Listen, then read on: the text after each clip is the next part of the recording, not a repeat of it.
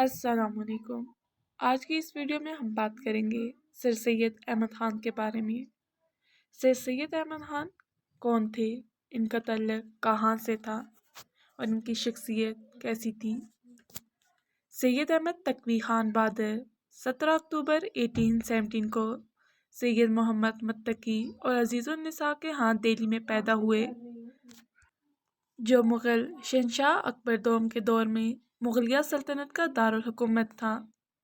اس کے خاندان کی کئی نسلیں مغل سلطنت میں انتظامی عہدے سے بہت زیادہ جڑی ہوئی تھی۔ ان کے نانا خواجہ فرید الدین نے شہنشاہ اکبر شاہ دوم کے دربار میں بطور وزیر خدمات انجام دی۔ ان کے دادا سید ہادی جواد بن عماد الدین نے شہنشاہ عالمگیر دوم کے دربار میں ایک منصب پر فائز تھے۔ سر سید کے والد سید محمد متقی ذاتی طور پر شہنشاہ اکبر شاہ ثانی کے قریبی تھے اور ان کے ذاتی مشیر کے طور پر خدمات انجام دیتے تھے۔ تاہم سید احمد ایک ایسے وقت میں پیدا ہوئے جب ان کے والد علاقائی بغاوتوں کی مدد کر رہے تھے اور اس کی قیادت ایسٹ انڈیا کمپنی کر رہی تھی، جس نے مغل ریاست کے روایتی طور پر اقتدار کی جگہ لے لی تھی، جس سے اس کے بادشاہ کی شخصیت کو کم کر دیا گیا تھا۔ سید احمد 3 بہن بھائیوں میں سب سے چھوٹے تھے۔ اپنے بڑے بھائی سید محمد بن متقی خان اور بڑی بہن سیفۃ النساء کے ساتھ سر سید کی پرورش شہر کے ایک علاقے میں اپنے نانا کے گھر میں ہوئی۔ ان کی پرورش مغل عظیم روایت کے مطابق سختی سے ہوئی۔ ان کی والدہ عزیز النساء نے سر سید کی ابتدائی زندگی میں ایک اہم کردار ادا کیا۔ ان کی پرورش سخت نظم و ضبط کے ساتھ کی اور جدید تعلیم پر زور دیا گیا۔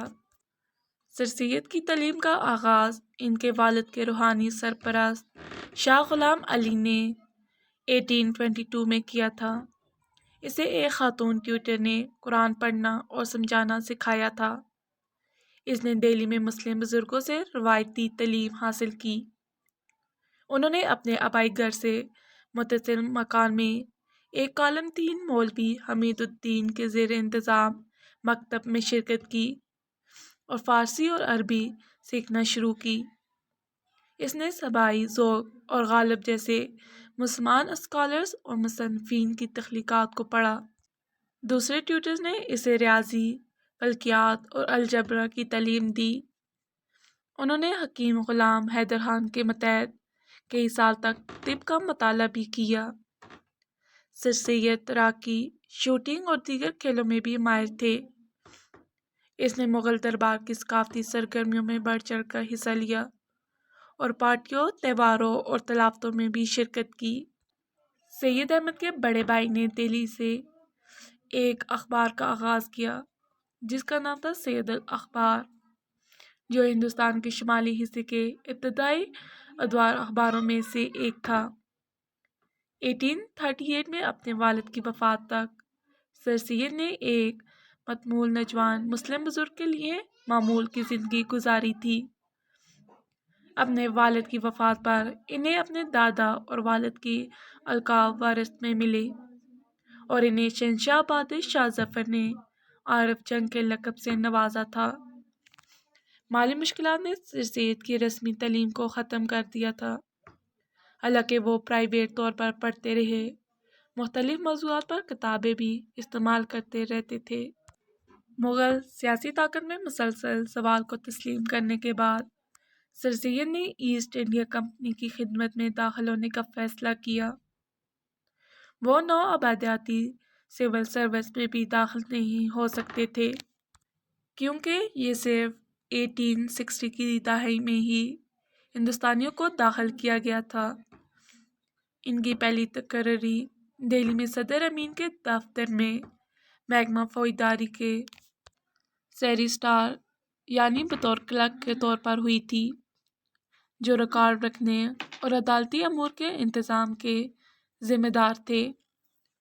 فروری 1839 میں ان کا تبادلہ آگرہ کر دیا گیا اور کمشنر کے دفتر میں نائب منشی یا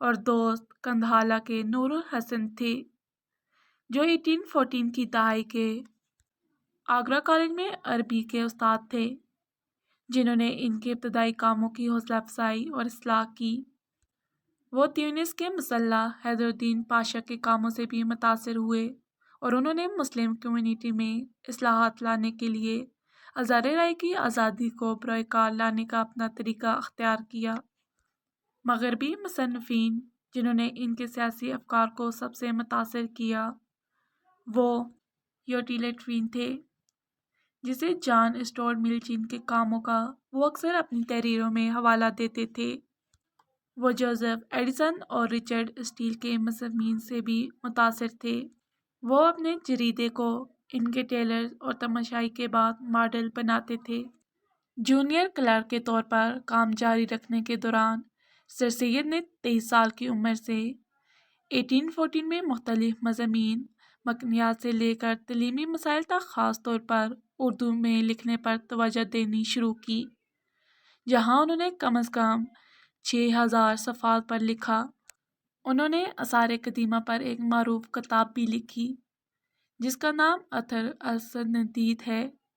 انہوں نے ادب میں بھی دلچسپی پیدا کی کیونکہ وہ ہندوستان کے چند معروف ادیبوں میں سے ملے تھے۔ جریدے محمڈن سوشل ریفارمر کا پہلا شمارہ مورخہ 24 دسمبر 1817 کو سر سید کی طرف سے مسلم معاشرے میں لبرل خیالات کو فروغ دینے کے لیے شروع کی جانے والی ایک اہم اشاعت تھی۔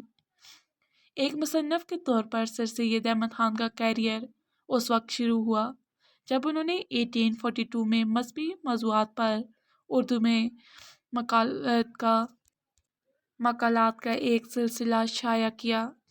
اپنے ابتدائی مذہبی تحریروں میں ان کی مذہبی افکار آرتھوڈوکس کی طرف مائل ہیں، جو مغرب کے ساتھ ان کے بڑھتے ہوئے رابطے کے ساتھ آہستہ آہستہ آزاد ہو جاتے ہیں۔ ان کے ابتدائی کام تصوف کے اثرات اور دہلی میں ان کی پرورش کو ظاہر کرتے ہیں۔ ان کاموں کے اہم موضوعات اسلامی پیغمبر محمد صلی اللہ علیہ وآلہ وسلم کے طرز عمل کو ایک سچے راستے کے طور پر مقبول بنانا اور ہندوستانی مسلمانوں کی زندگیوں کو مذہبی اختیارات سے سنوارنے کی خواہش ہے۔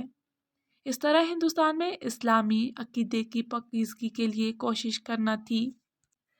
1842 میں شائع ہونے والا ان کا پہلا مقالہ محمد کا ایک سماعی خاکہ تھا، جسے شاہ ولی اللہ کے اصلاحی نظریات کے مطابق تھا۔ یہ محاوراتی اردو میں لکھی گئی میلاد پر تلاوت کے لیے نثر تھی۔ اس نے 1844 میں اپنے دوست نور الحسن کی حوصلہ افزائی پر اپنا دوسرا مقالہ تحفہ حسن یعنی حسن کا تحفہ شائع کیا۔ یہ شاہ عبدالعزیز دہلوی کے تحفہ اثنا عشاریہ 12 اماموں پر ایک مقالہ 10ویں اور 12ویں باب کا اردو ترجمہ ہے، جو شیعہ عقائد پر تنقیدی تھا۔ 10ویں باب میں صحابی اور حضرت عائشہ رضی اللہ تعالیٰ عنہ کے خلاف شیعہ الزامات کا جواب دیا گیا ہے، اور 12ویں باب تولی اور طبری کے شیعہ عقائد سے متعلق ہے۔ ان کا تیسرا مقالہ کلمات الحق حقیقی گفتگو کے عنوان سے 1849 میں شائع ہوا تھا۔ یہ پیر مرید کے رشتوں کے ارد گرد مروجہ صوفی طریقوں کی تنقید ہے۔ کام کا پہلا حصہ پیری کے تصور کے لیے وقف ہے، جس میں وہ دلیل دیتے ہیں کہ محمد واحد پیر ہیں، جبکہ دوسرا حصہ مرید اور بیعت کے تصور پر مرکوز ہے۔ وہ پیر مرید کے رشتے اور اس سے منسلک طریقوں میں اصلاحات کا مطالبہ کرتے ہیں۔ ان کا چوتھا مقالہ 1850 میں شائع ہوا تھا۔ اس کام میں وہ اپنے ساتھ مسلمانوں کے مذہبی طریقوں اور عقائد کے حق میں نہیں تھا، جو اسے بدعت کے ساتھ ملا ہوا اور صحیح سنت سے ہٹ گیا تھا۔ 1852 میں اس نے نامیکہ دار بیان شیخ کی تعلیم کی وضاحت کرنے والا ایک خط شائع کیا، جس میں اس نے شیخ کا دفاع کیا، جو اپنے اندر تصور کرنے کے صوفی عمل اپنے روحانی رہنما کی تصویر ہے۔ 1853 میں اس نے غزالی کی کمیات السادہ یعنی خوشی کی کمیات کے کچھ اقتباسات کا ترجمہ کیا۔ تورات اور انجیل کی تفسیر 1862 میں جب غازی پور میں تعینات تھے، سر سید نے بائبل اور اس کی تعلیمات کی تفسیر پر کام شروع کیا، جس کا مقصد ابراہیمی مذاہب کے آخری اسلام کے حوالے سے ان کی وضاحت کرنا تھا۔ یہ اردو اور انگریزی میں 1862 سے 1865 تک 3 حصوں میں 3 کلام فی تفسیر التورات اور انجیل ملت اسلام کے عنوان سے شائع ہوا تھا، جبکہ پہلا حصہ بائبل کی تحریروں کی طرف سے اسلامی نقطۂ نظر سے متعلق ہے۔ دوسرے اور تیسرے حصے میں برترتیب کتاب پیدائش اور میتھیو کی انجیل پر تبصرہ ہے۔ 1869 میں اس نے حضرت محمد صلی اللہ علیہ وآلہ وسلم کی زندگی پر مضامین کی ایک سیریز اور اس میں مضامین کی کتاب ولیم مائر کے وسیع پیمانے پر مشہور 4 حصوں والی کتاب کے جواب کے طور پر لکھی۔ دی لائف آف مومنٹ 1864 میں شائع ہوئی۔ وہ مائر کے اسلام اور محمد کے کردار کی تصویر کشی سے سخت پریشان تھے۔ وہ فکر مند تھے کہ یہ کتاب مسلمانوں کی نوجوان نسل میں شکوک پیدا کر سکتی ہے۔ کتاب کی تیاری کے لیے وہ اپنے بیٹے کے ساتھ انگلستان گئے، کیونکہ وہ مغربی تہذیب کا پہلا تاثر حاصل کرنا چاہتے تھے۔ سر سید نے 1877 میں قرآن کی تفسیر یا تفسیر پر کام کرنا شروع کیا۔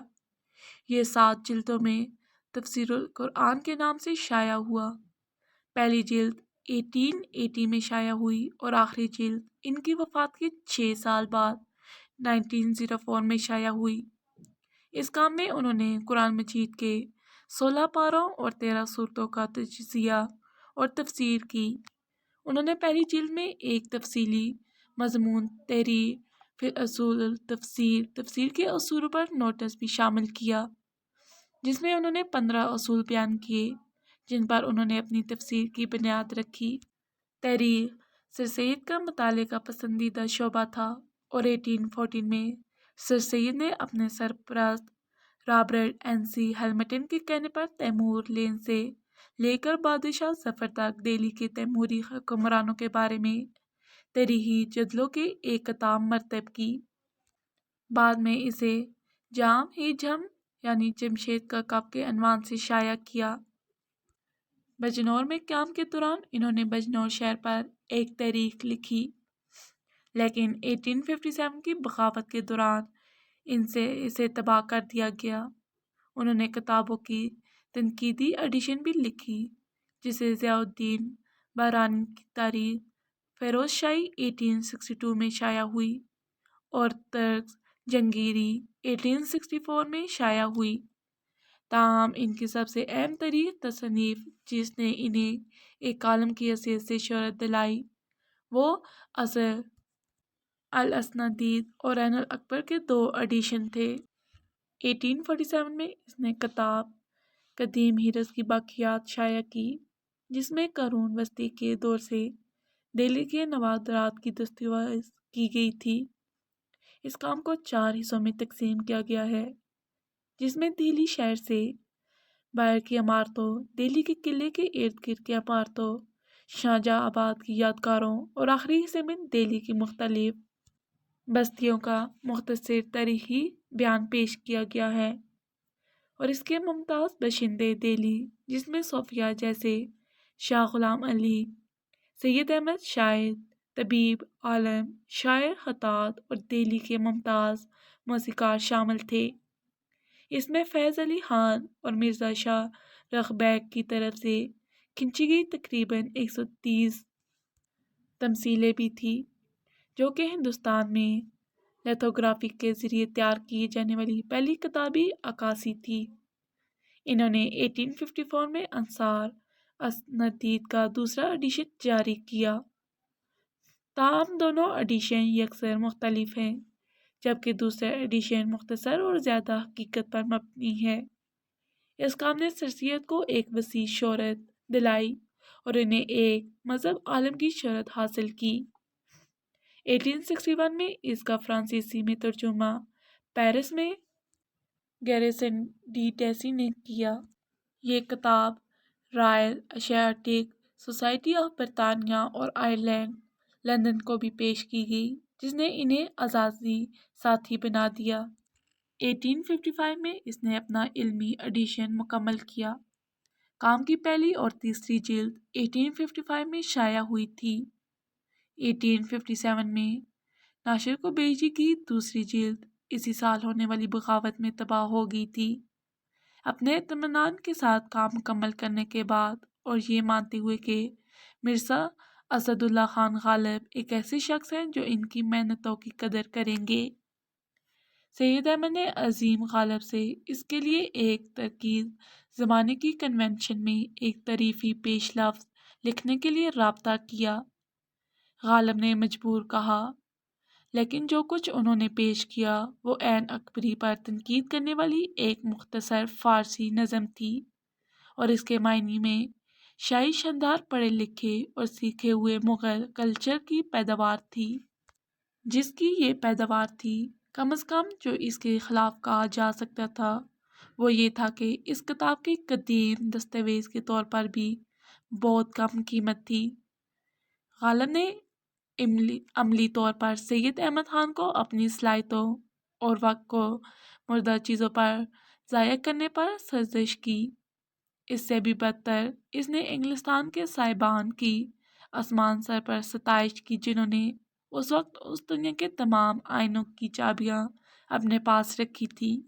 سر سید احمد خان نے پھر کبھی عین اکبری کی تاریخ میں ایک لفظ بھی نہیں لکھا اور حقیقت میں تاریخ اور آثار قدیمہ میں دلچسپی لینا چھوڑ دیا۔